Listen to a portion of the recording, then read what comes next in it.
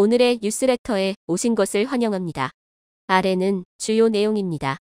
1. 한국의 경고. 2. 인도네시아의 부조리. 안녕하세요.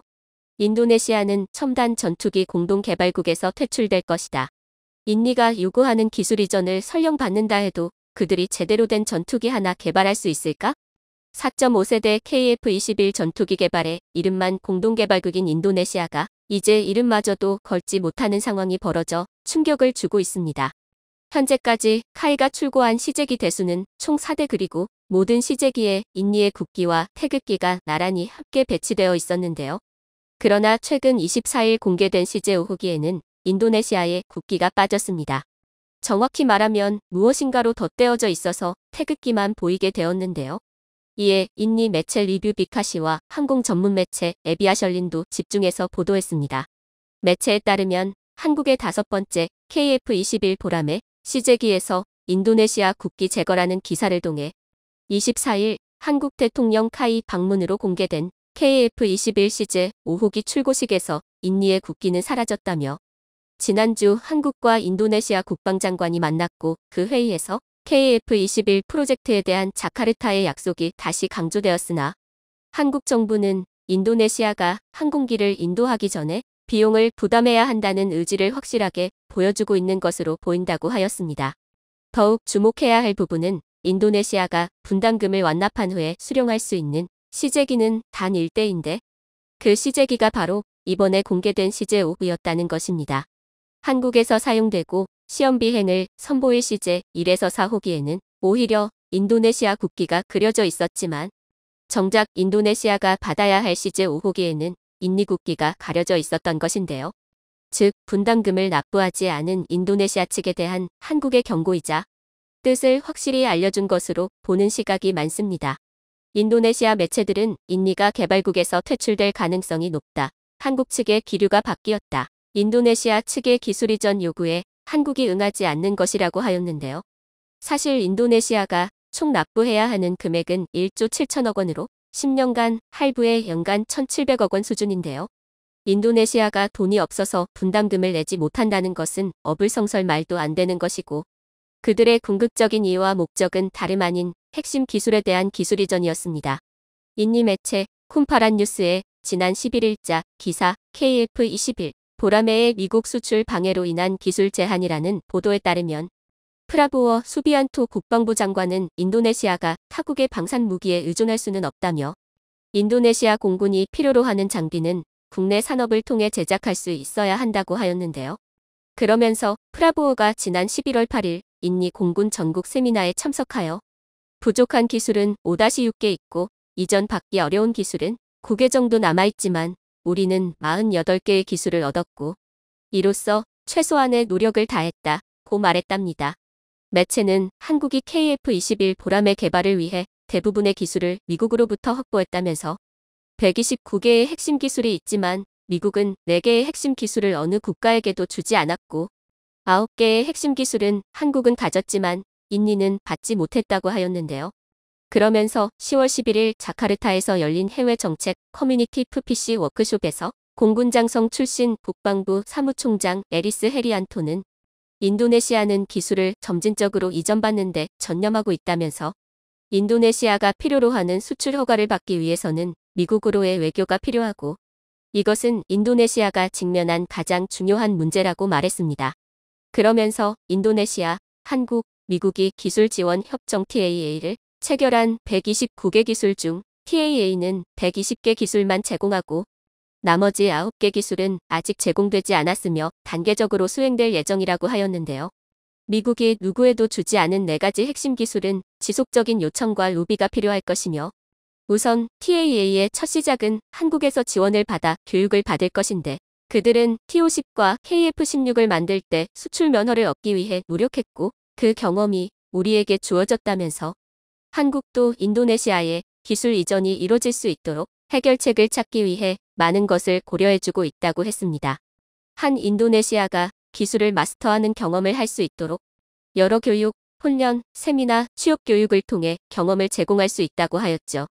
인도네시아 매체가 말하고 있는 4가지의 핵심 기술은 KF-21 핵심 장비인 이사 레이더, 아르스트 적외선 탐색 추적 장비, 이츠 전자광학 추적 시스템, RF 제머 등 4가지이고 이를 모두 한국은 자체적으로 국산화에 성공하였습니다. 즉, 인니 매체들의 보도를 종합하면 인니는 KF-21의 핵심 기술의 이전을 받기 위해 한국이 조금 더 노력해주거나 아니면 한국이 국산화에 성공한 기술을 이전해달라고 요청하고 있는 것이고 그 전까지는 분담금 지급을 미룬다는 것과 그래도 최소한의 기술은 확보했기에 성과는 있었다라고 하는 것인데 이런 보도는 그동안 한국 측 전문가들의 발언과 상당히 거리가 있는 것으로 그 신빙성에 문제를 제기할 수밖에 없습니다. 그들이 제시하는 증거라고는 고작 국방부 관계자 또는 국방부 장관인 프라부어의 말을 옮겨 적은 것뿐이고 대우조선 잠수약 계약금을 지불하지 않은 것을 두고도 한국이 잠한기간 3개월도 안 되는 잠수함을 팔면서 기술 이전마저 인색하다고 말 같지도 않은 소리를 하는 게 프라부어였습니다. 이번에도 프라부어의 발언은 조금이라도 더 기술 이전을 받기 위해 판을 흔들려 했던 것이고 또 있지도 않은 자신의 성과를 어필하면서 다음 대선에서의 입지를 구축하겠다는 것인데요. 원래 패배자, 2인자 새끼들이 자격지심에 늘 어디 가서 꼬투리 잡고 나 이 정도 되는 사람이다 알아봐 달라 생떼쓰 듯. 딱 그 정도 수준의 언급이었다고 보면 될 것 같습니다. 이로써 인도네시아가 기술 이전을 엄청 원하고 있는 것까지는 알겠고 그렇다면 정말로 프라부어의 말처럼 인도네시아는 자체 생산에 필요한 기술을 가지고 있는 것일까요? 이는 정광선 KFX 프로그램 단장의 최근 발언을 통해 자세히 알 수 있습니다. 지난 9월 유튜브 프로파일럿에 출연한 정광선 단장은 인니 측은 어떤 기술적 자료도 갖고 있지 못하다고 하였는데요. 그는 실질적으로 분담금을 지급하지 않았을 때에는 각종 기술 자료는 절대 넘기지 않는다며 나중에 시험 비행이 다 끝나면 인니는 5호기를 인도할 수 있도록 되어 있는데 분담금 미납으로 인해 이것 자체도 주지 않도록 되어 있고 인도네시아가 지금 갖고 갈 수 있는 것은 현재 엔지니어가 와 있는 상황에서 단지 현장 오지트 수준, 실습 수준의 경력, 이 정도 수준이 될 것이라고 하였습니다. 그러면서 인도네시아가 분담금을 완납해 실질적으로 기술 이전이 되더라도 핵심 기술에 대해서는 이전이 되지 않을 것인데 이는 계약상에 명시되어 있다고 하였습니다. 또한 국민들을 안심시켜드리기 위해 한 가지 더 추가해서 말씀드리자면 한국은 T-50을 개발하기 전까지 F-5 제공호와 KF-16을 라이센스 생산하면서 2번에 걸쳐 300여 대에 달하는 항공기를 제작해봤지만 결국 T-50을 혼자서 개발할 수가 없어 록히드 마틴의 도움을 받아가면서 T-50을 개발하였는데 마찬가지로 인도네시아에서 파견되어 온 40명이 아무리 보고 간다 한들 어떻게 인도네시아가 개발할 수 있겠는가? 개발 능력이 되겠는가라고 반문하였습니다. 그는 인도네시아한테는 미안한 말이지만 인도네시아는 밀접하게 들어와야 심도 있는 기술을 배울 수 있는데 분담금을 내지 않고 있으니 오히려 인도네시아가 잘못된 길로 가고 있는 것일 뿐 우리는 잃을 게 없다고 하였습니다. 정광선 전 단장의 말씀처럼 실제로 한국은 잃은 것이 없고 앞으로 잃을 것도 없는데요. 인도네시아가 사업을 진행하면 개발과 동시에 50대를 수출하며 시작하는 것이고 혹여나 판을 엎더라도 계약대로 지불 완료한 분담금 2천억을 위약금으로 받으면 되는 문제입니다. 오히려 미납 때문에 개발 당시부터 깊숙하게 들어가서 배울 수 있는 기술들도 못 받고 있으니 호구 잡힌 거는 한국이 아니라 인도네시아라는 것이죠. 또한 현재 인도네시아는 KF-X의 인니 버전 아이프스의 생산을 위해서 2015년부터 막대한 예산을 들여 시설들을 구축하였는데요. BTD에서 구축한 아이프스 생산 경납고 및 주입, 미익 생산을 위한 복합재 성형 오토클레이브 생산 라인이랑 복합재 성형 생산동이 건설되었는데 결국 분담금 문제로 공장 가동은 무기한 연기된 상황입니다. 자충수도 이런 자충수가 없고 스스로 자기 무덤을 판 것인데요. 분담금 제대로 냈으면 시제기도 받고 부품도 납입하고 기업들도 실적을 쌓고 항공우주기술의 기초를 다질 수 있는 좋은 기회였을 텐데 모두 다 수포로 돌아가게 된 것이죠. 인도네시아가 KF-21 핵심 기술 이전을 요구하고 있는 것으로 알려졌다. 이번에 인도네시아가 보도를 통해서 요구한 핵심 기술은 루루입니다. 루루는 라인 리플레이서벌 유닛의 약자로 항공기에서 특정 역할을 수행하는 계통의 하드웨어와 소프트웨어를 통째로 모듈화시키는 기술입니다. 랜딩 기어로 예를 들자면 파일럿이 누르는 버튼부터 그 명령을 처리하는 컴퓨터, 실제로 해치를 열고 랜딩 기어를 전개 및 수납하는 기계부까지 하나의 라인으로 연결되어 다른 계통에 영향을 미치지 않고 분리할 수가 있게 되는 것입니다. 루루 기술을 얻게 되면 항공기를 이런 라인의 집합으로 만들 수 있게 되며 원격지에서의 유지보수 작업을 간소화시킬 수 있기 때문에 군용기의 경우 야전 정비성이 크게 향상되는 효과를 거둘 수 있습니다. 또한 무기의 수출 과정에서 함부로 넘길 수 없는 중요한 기술이 포함되어 있을 경우 해당 부분만을 나머지 부분이 제대로 작동하는 상태 그대로 기술 봉인시키는 데에도 용이합니다. 이러한 이점 덕에 루루 기술은 이젠 현대적인 항공기 제작에 필수 불가결한 기본이자 핵심 항공 전자 기술이 되었죠. 한국의 경우 과거 미국으로부터 KF-16의 생산 면허를 따오면서 루루의 기술 일체를 확보할 수 있었습니다. 당시 KF-16의 도입 사업 규모는 5조 5천억 원, 현재의 화폐 가치로는 20조 원이 넘는 초대 규모 사업이었습니다. 미국으로부터 생산 면허를 얻어오기 위해 상당한 대가를 치렀던 것이죠. 그리고 그만한 출혈이 아깝지 않게 현재에 와서 KF-21을 개발할 때에는 루루 기술 역시 국산화를 마치고 독자 개발한 규격으로 적용시켰습니다. 당시로서도 천문학적인 비용을 내고 기술을 이전해온 것에서 그치지 않고 피나는 노력을 더해 이전받은 기술을 체득하고 국산 기술로 재탄생시킨 것입니다. 그런데 인도네시아는 미국으로부터 루루의 기술 이전을 허가받지 못했습니다. 그래서인지 KF-21에 국산 루루에 대한 기술 접근 권한을 받아와야 한다고 주장하고 있는데요. 익스포트 권한, 즉 루루 모듈 내에 봉인된 기술에 대한 추출 권한까지 언급하고 있습니다. 한국으로서는 어처구니가 없죠. 우리가 얼마만큼의 비용과 노력을 들여서 손에 넣은 기술인데 인도네시아는 그걸 돈도 제대로 내지 않으면서 홀랑 삼키겠다는 뜻이나 마찬가지이기 때문입니다. 얼마 전 인도네시아는 4.5세대 전투기를 자체 개발하겠다며 목업을 공개한 적이 있습니다. I-22C 카탄으로 불리는 이 계획은 길이 12.5m, 높이 3.5m, 날개 길이 7m에 쌍발 엔진을 탑재한 현존하는 전투기 중 가장 작은 멀티롤 전투기의 개발을 목표로 하고 있습니다. 그런데 이 전투기의 설계에 인도네시아 국영 항공기 업체들이 참여해 논란이 되고 있는데요. KF-21의 인도네시아 버전인 IF-21의 현지 생산을 담당할 제작사인 국영기업 PT 인포글로벌이 이 목업을 공개한 장본인이기 때문이었습니다. 제식 번호가 I-22인 것이 KF-21의 다음 넘버링이라는 의미로 보이기 시작하는데요. 이 때문에 인도네시아 기술진들이 KF-21의 기술을 빼돌린 게 아니냐는 의혹이 제기되었습니다. 그리고 역시나 이들이 그럴 생각이었다는 것이 이번 보도로 확실해졌습니다. 다만 대놓고 익스포트 권한을 내놓으라고 할 정도로 뻔뻔할 거라고는 상상하지 못했을 뿐이죠. 이들이 요구하는 것은 단지 기술을 더 내놓으라는 수준의 이야기가 아닙니다.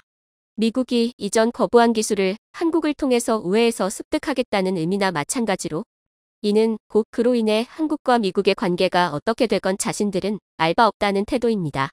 당연히 한국은 천지가 뒤집히지 않고서야 이런 말도 안 되는 요구를 들어줄 이유가 없습니다. 한국이 힘들게 국산화한 기술을 뒤통수나 치려고 하는 나라에 통째로 넘길 일도 없고 수십 년간 쌓아온 미국과의 관계를 고작 이런 일로 망칠 수도 없죠. 결국 한국의 입장은 변하지 않습니다. 분납금이 다 들어올 때까지 인도네시아는 시제기 한 대도 받아갈 수 없을 것이고 분납금을 다 내고 계약한 물량을 인도받게 되더라도 어쩔 수 없이 IF-21에는 최소 5종, 최대 9종의 핵심 기술이 빠진 다운그레이드 사양이 될 것입니다.